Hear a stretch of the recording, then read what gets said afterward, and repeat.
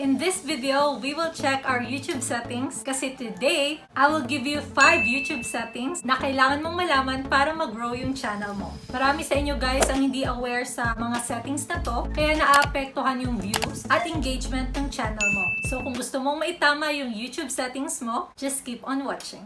So first of all, if you are using a laptop, much better kasi mas madali siyang i-navigate. But if you're using a phone, all you have to do is open a new incognito tab and click the request desktop style para makita mo yung same format na makikita mo sa laptop or PC. A lot of us are guilty for not checking our YouTube settings. Especially me before, nung bago pala ako dito sa YouTube, I really don't check my YouTube settings. Until na-realize ko na lang na hindi na pala nagpe-perform yung aking mga videos. Wala masyadong nanonood, konti lang yung engagement compared sa mga nakasabayan kong creators before. So nung chinek ko yung channel nila, sobrang iba pala ng settings nila compared sa akin. Iba yung layout ng channel nila at marami silang kinustomize na hindi ko alam. I wish may nakapagturo sa akin ito before, kaya it's time for me to share my knowledge about YouTube settings. So yung first setting is yung customization. Ito yung nagbibigay layout sa channel mo. Kung napapansin nyo sa channel ko, pag pumunta kayo sa aking homepage, meron akong channel trailer and meron din akong featured section. Marami sa inyo ang hindi naglalagay ng customization. So ano bang ibig sabihin ng channel trailer? Alam nyo ba yung mga taong hindi nakapag-subscribe sa inyo? Ito yung makikita nila sa homepage mo pag binisita nila yung channel mo. Marami sa inyo ang hindi naglalagay ng channel trailer. Malaking tulong yung channel trailer guys kasi ito yung nag-highlight ng video na gusto mong mapanood agad ng mga viewers mo. Yung iba yung channel trailer nila ay intro or ano about yung channel nila. Ako personally yung channel trailer ko is yung mga bagong upload kong video. Kasi yun yung gusto kong mapanood agad ng mga viewers ko. Dito sa YouTube guys, pag nag-upload ka,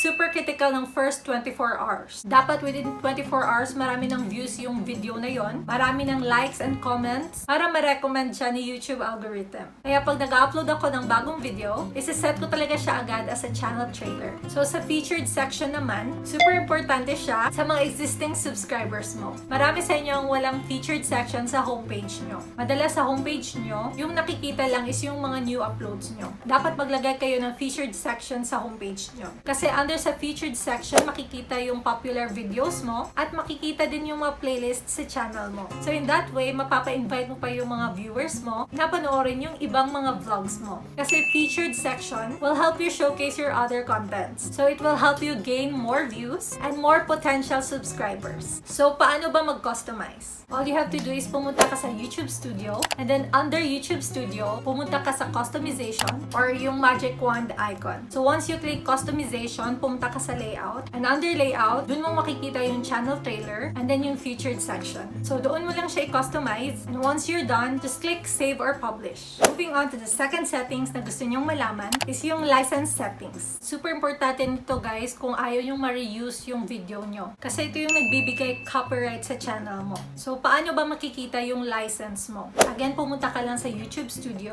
and then just click settings. Under sa settings, pumunta ka sa upload defaults and then just select advanced settings. So dun mo makikita yung license at may dalawang option doon. First is yung standard YouTube license. Second is yung Creative Commons. So always use the first option which is the standard YouTube license. Meaning, sayo yung video mo. Ikaw lang yung nagmamay-ari ng content mo so no one else can use it. And pag may gumamit ng content mo, pwede ka mag-copyright strike sa kanya or sa creator. Kasi again, ikaw lang yung nagmamay-ari ng content na yon. Kaya yun yung palagi ko pinipili na option. Yung second option naman, which is yung Creative Commons, ito yung pwede mong i-share yung contents mo sa iba. That's why kung napapansin nyo guys, may ibang YouTubers na gumagamit ng video ng iba at ina-add nila sa sarili nilang video. At hindi sila nagkakaroon ng copyright strikes niyan because of Creative Commons. Kadalasan ito guys ay yung mga memes video or mga funny video. Diba kung nanonood kayo ng mga vlogs ng iba, nag-a-add sila ng mga memes or yung mga funny videos para mas nakakatawa pa yung mga vlogs nila at hindi sila nakaka-copyright strikes because of Creative Commons. May mga ibang YouTubers na ito yung ginagamit na options kasi gusto nilang i-share yung mga contents nila sa iba. Pero ako personally, since educational yung mga videos ko, hindi ko ina-allow na i-reuse yung videos ko. So, ganyan ka-importante yung YouTube license. So, the third settings na gusto mong malaman is the channel key keyword. May iba sa inyo na nagtatanong sa akin, bakit hindi na si-search yung channel ko? Yung iba hindi nila nakikita yung channel nila, kahit sinearch pa nila yung channel name nila. Yung iba hindi nag-auto-populate yung channel name nila sa search box. Dahil yan sa channel keywords mo guys. Sobrang importante na ilagay mo yung channel name mo sa channel keywords. Para every time na may magsi-search sa channel name mo, makikita nila agad yung channel mo. So again, paano mo siya makikita? Pumunta ka lang sa settings, then go to channel, and under channel, pumunta ka sa basic info. So makikita mo doon yung keyword. So i-type mo lang yung channel name mo. For example, ako Jhocel Recilles. So yung keyword ng channel ko is Jhocel Recilles. Para every time na may magsi-search na Jhocel Recilles sa YouTube, makikita nila agad yung channel ko. Kasi yung iba guys, blanco lang yung keywords nila. Hindi nila nilalagyan ng name nila. Kaya hindi sila nasi-search sa YouTube. Or iba yung lalabas sa channel pag sinesearch nila yung name nila. At ito rin yung common problem na may encounter mo pag baguhan ka pa sa YouTube. Especially kung wala ka pang na-upload na video, hindi pa talaga masa-search yung channel mo. So, bigyan mo lang ng panahon, at least a week or two, and then start to upload a video para ma-search yung channel mo.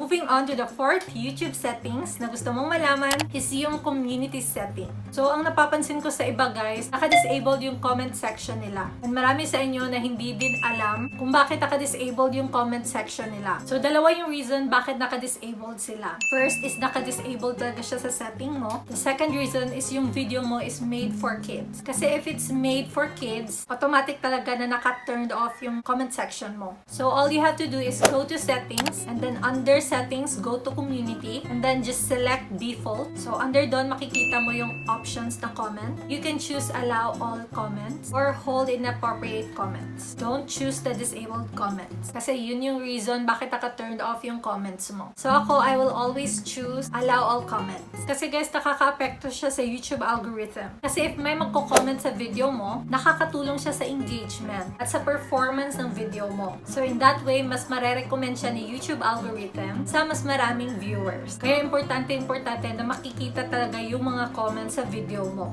And also through comments, malalaman mo kung ano pa yung gusto ng mga viewers mo. It will help you to make video ideas. So nakakatulong siya sa pag-grow ng channel mo.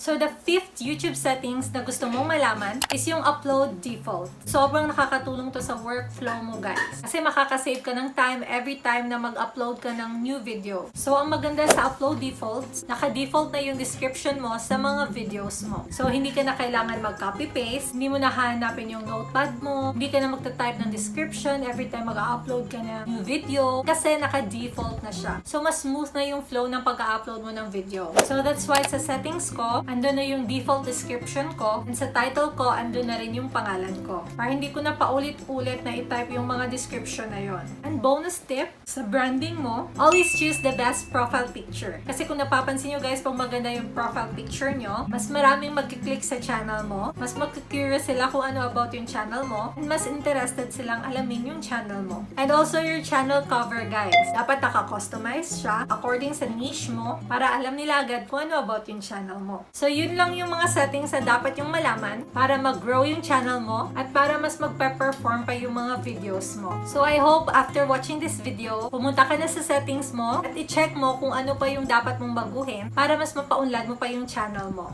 So, hope nakatulong tong video na to guys. And don't forget to give this video a big thumbs up kung nagustuhan nyo, and subscribe kung hindi ka pa nakaka-subscribe. Just click the red button down below and the notification bell beside para updated ka sa mga bagong i-upload kong videos. So, maraming salamat sa panonood. See you next week.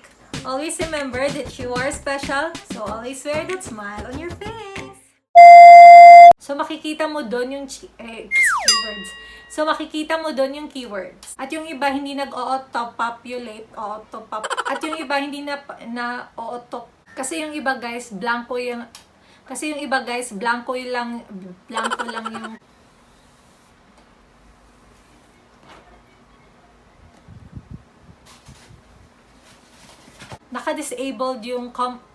naka-disabled yung comment section nila. Kasi if may magko-comment sa video mo, so nakakatulong siya for you para naka-default na yung description mo sa mga so mas smooth na yung So, mas smooth na yung flow ng pagka-upload mo ng video. Para hindi ko na paulit-ulit na, paulit-ulit. And also your channel cover.